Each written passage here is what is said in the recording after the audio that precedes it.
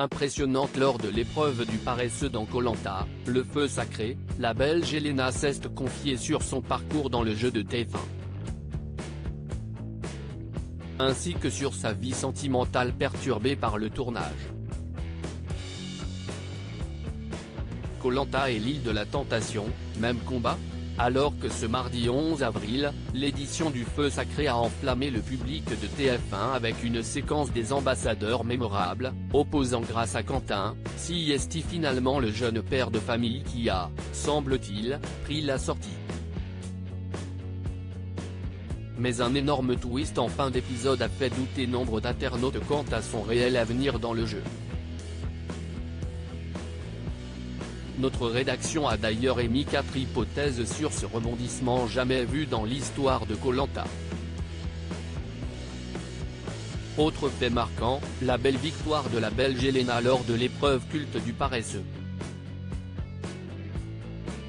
Elena, Koh Lanta, le feu sacré, se confie sur sa vie sentimentale face à la footballeuse professionnelle Julie de Bever.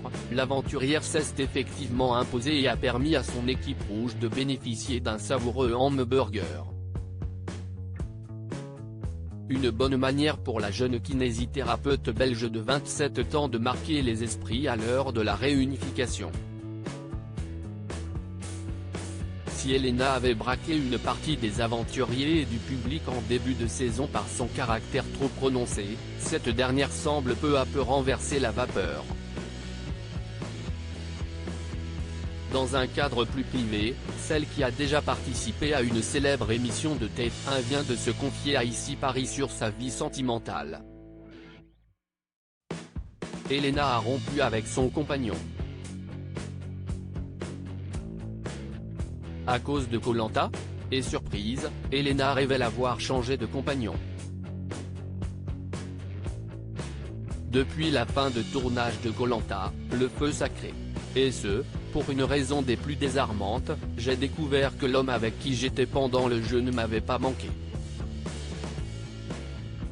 On s'est donc séparés et j'ai retrouvé quelqu'un depuis. La candidate a également évoqué le manque de libido sur le camp. Un sujet largement évoqué par nombre d'aventuriers.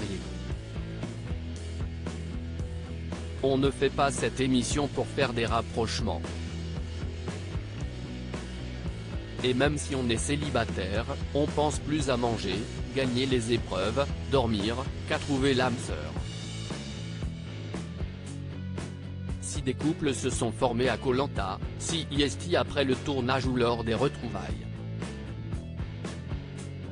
Sur l'île, il ne se passe rien, Siesti sûr à 100%. Se mettre en couple est vraiment la dernière chose à laquelle on pense. Ceux qui spéculaient sur le rapprochement entre Benjamin et Tania sont prévenus. À lire aussi Quentin de retour dans Koh Lanta, le feu sacré ? Ce spoil de la production qui fait douter les internautes.